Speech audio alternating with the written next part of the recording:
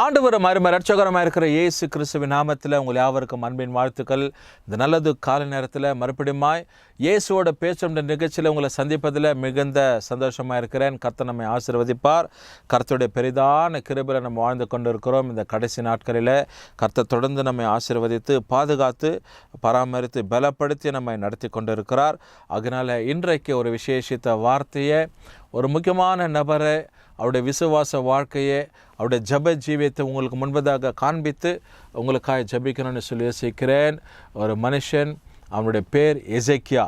2 ராஜாக்களின் புத்தகத்தில் 20ஆம் அதிகாரத்தில் அவருடைய குறிப்பிட்ட காரியங்களை நம்ம வாசிக்கிறோம்.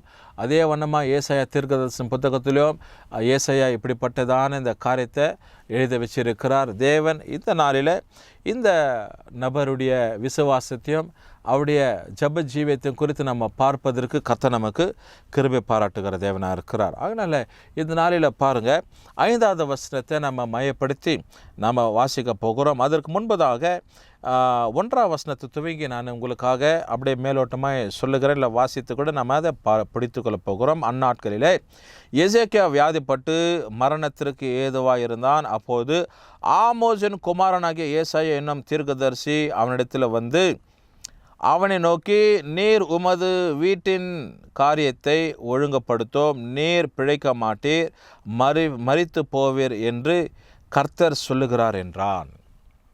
இங்கே ஏசாயா தீர்க்கதரிசி வந்து எசேக்கியாவுக்கு இது இப்படிப்பட்ட மரண செய்தியாக அவர் கொண்டு வருகிறார். இப்போது முக்கியமான ஒரு காரியம், மரணத்தின் ஓலம் அவருக்கு வந்துடுச்சு. எப்போ மறிச்சிடுவார்னு சொல்லி அவருக்கு தெரிய வந்துச்சு. ஏன்னா அவருக்குள்ளே இருக்கிற ஒரு காரியம் என்னென்னா, ஒரு மிகப்பெரிய ஒரு வியாதி. அந்த நாட்களில் ராஜகோப்பலம்னு சொல்லப்படுகிற ஒரு வியாதி, பேர் சொல்லாத ஒரு வியாதின்னு கூட வச்சுக்கலாமே. ஒரு சிலர் போதகருங்க போதிக்கப்படும் போது அவங்களுடைய அனுபவத்தில் சொல்கிறாங்க, ராஜகோப்பலம்னு சொல்லுகிற அவரால் அப்படியே நேராக படுக்க முடியாது, ஒரு குலைத்து தான் படுக்கணும் அப்படின்னு சொல்லி ஒரு நிபந்தனை. இப்படிப்பட்டதான ஒரு காரியங்கள் மரண அவதிக்குள்ளாய் போய்கொண்டிருக்கிற சமயத்தில் ஆமோசின் குமாரனாகிய தீர்க்கதரிசியாக இருக்கிற ஏசாயா வந்து, ஆண்டவர் இப்படிப்பட்ட காரியத்தை உனக்கு சொல்கிறாரப்பா, நீ உன் வீட்டின் காரியங்கள் ஒழுங்குபடுத்தி ஒரு ராஜபாரத்தெல்லாம் ஒழுங்குபடுத்திக்கொள்ள, நீங்கள் பிழைக்க மாட்டேன், நீ மரித்து போவீர் என்று சொல்லி ஒரு மரணத்தின் செய்தியை கொண்டு வருகிறார்.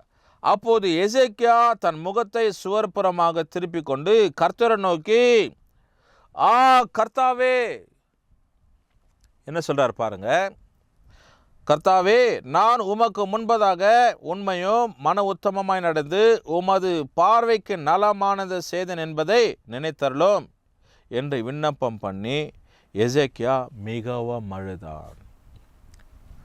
So Hezekiah cried and plead unto the Lord. தேவ சமூகத்தில் அவன் கெஞ்சுக, நான் அழுகிறான். ஆண்டவரே, இந்த பார்வைக்கு நலமானதான காரியத்தை செய்ததை நீங்கள் ஒரு நாளை மறக்காதீங்கப்பா அப்படின்னு சொல்லப்படும்போது, ஏசாயா பாதி முற்றத்தை விட்டு அப்புறம் போவதற்கு முன்னே கர்த்தருடைய வார்த்தை அவனுக்கு உண்டாகி அவர் சொன்னது, மறுபடியும் இந்த ஏசாயாவை நோக்கி ஆண்டவர் பேசுகிறார், ஏசாயா நில்லுப்பா, இப்போ ஒரு குறிப்பிட்ட காரியம் இந்த இடத்துல நடக்குது. அவன் பண்ணின ஜபம் என் இருதயத்தை ஷேக் பண்ணிடுச்சுப்பா, என் இருதயத்தை அசைச்சிடுச்சு.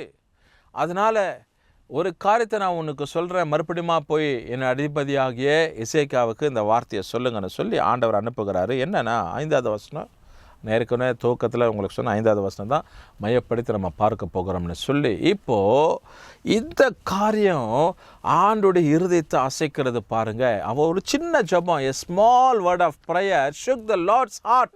இந்த கால நேரத்தில் தேவ ஜனமாக இருக்கிற உங்கள் வாழ்க்கையில் ஏதோ ஒரு சூழ்நிலைக்குள்ளே நீ கடந்து போய் கொண்டிருக்கிற, நீ தேவ சமூகத்தில் நோக்கி ஜெபிக்கும் போது the Lord will hear your prayer.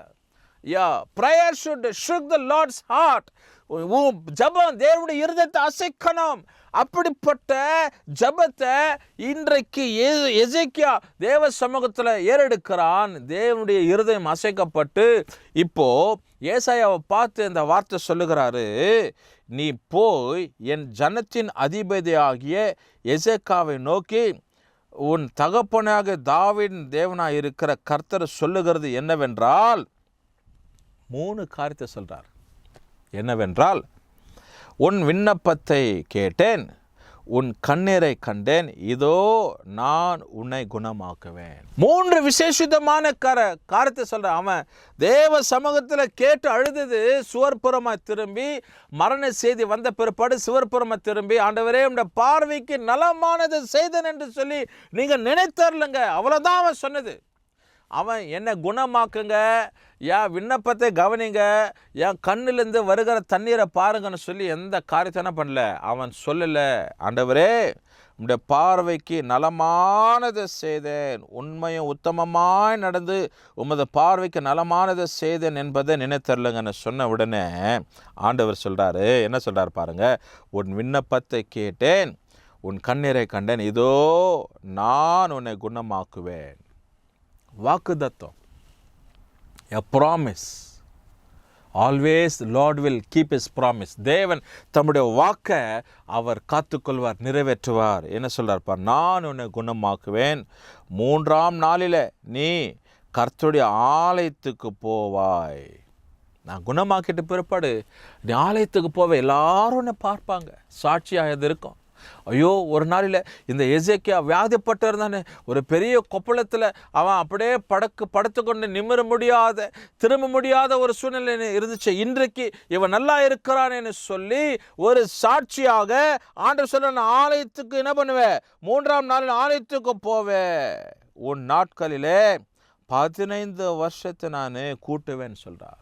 I will increase 15 more years in your life.